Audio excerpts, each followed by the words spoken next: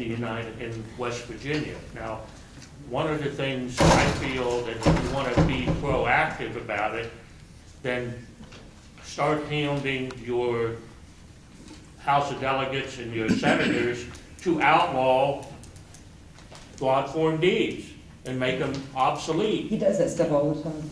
He goes down there and sits and watches the legislature. He's been doing it for years. Well, I understand that, but what I'm saying is this is the first time I've ever heard somebody who did that. Yeah. Okay, so you're almost like the voice in the wilderness. You know, up here, who hears not the too many tree up fall here if nobody's there? Okay. All right, we're going to change back to Tea Party now.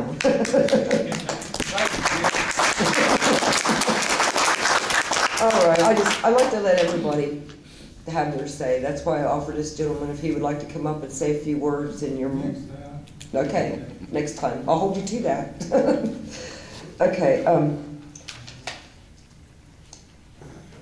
Well, I have the few ideas that I had here about anybody want to volunteer for setup or to bring camcorders, ideas,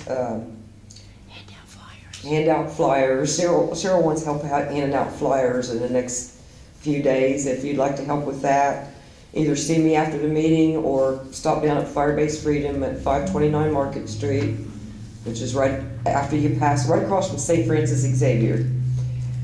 And now I would like, we have three candidates here, but Fred doesn't want to talk. So I'm going to let, who wants to go first? Which? Sarah or Steve? Steve's going to go first. I really don't need to talk. I just, okay. He hasn't come up to the front. Steve, they can't hear you. They can't hear you. Can you come up front? I don't really need to speak. If I get up there, I just tell you why you should vote for me. I am conservative, and I hope you do. Why should we? That's more than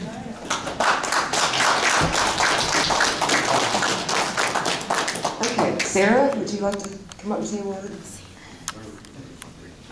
Thank you for letting me come and enjoy your meeting, and again, I cannot force them to walk up here. at 3053 Murdoch Avenue. Get a hot dog.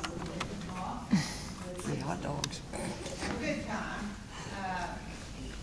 And I'll take this opportunity to ask you for your vote. Thank you very much.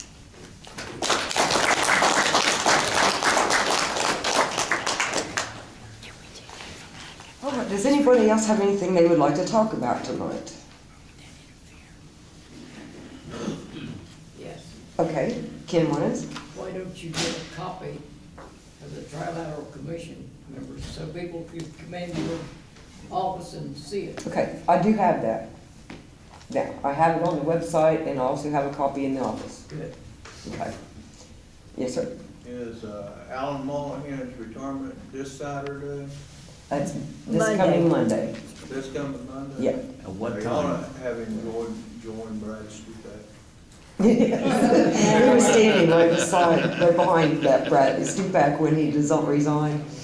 What time Monday? At noon Monday. It's on the handout, I think. Yeah, I got it. Okay, I Read my guess anybody else that doesn't have anything, we'll just have social time for the rest of the time, or you can go ahead. Oh, I'm sorry, wait, I got questions. Okay, if we make a motion that if any candidate who wants to speak before us has to come up to the podium, I'm 50% deaf and I can't hear them speak. Okay. So if they don't have the... They said okay. 90% deaf. They said okay. Larry, yes? Come on up, Larry. Goody. I'm glad he's coming. Get off of there. I hate getting up there. I'm not a candidate, but I'm going to use the mic to comply with this gentleman's request. It's an appropriate one. It's very difficult to hear when you're spread out this far, and we are interested in hearing. I've been participating in the Tea Party events since shortly after they started. And one thing that I don't think we've done well enough, is to simply recognize the leadership that we have received in this area in our Tea Party from Ms. Sandra Stadt. And I'd sure like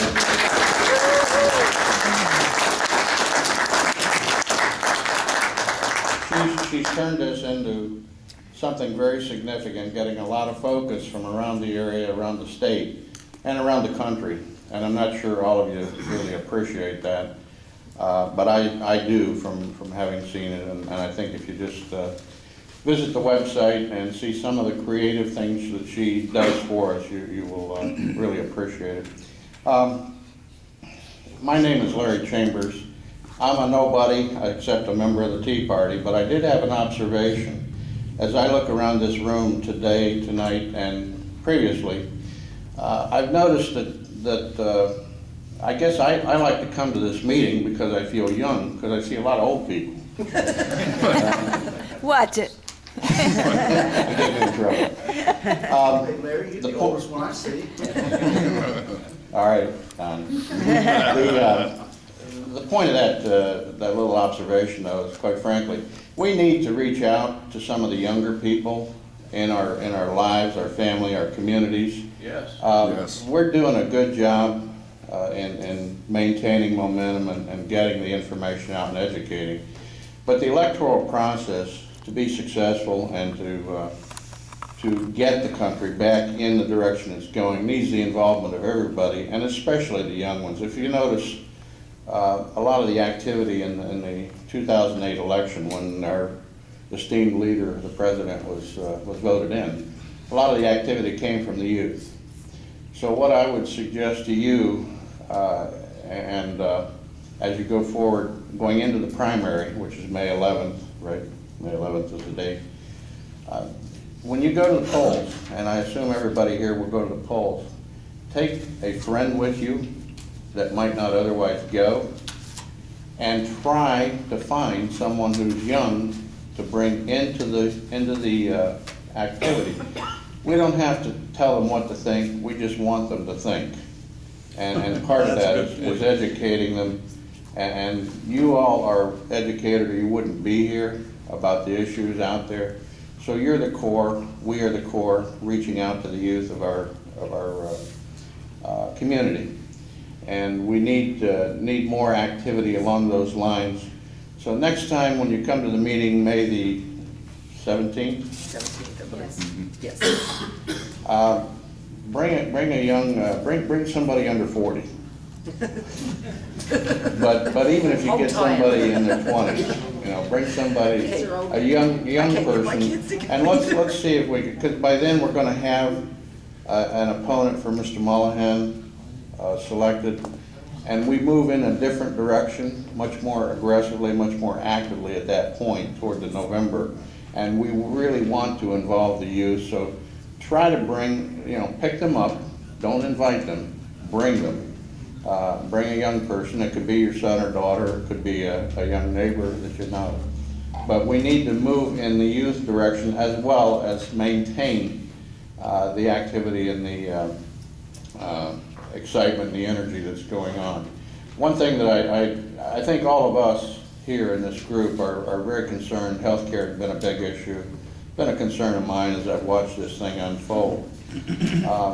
We're cutting Medicare $500 billion based on the legislation. We're adding 30 million people. A lot of doctors are taking early retirement and changing careers. And yet we're being told that our health care services are going to be unaffected.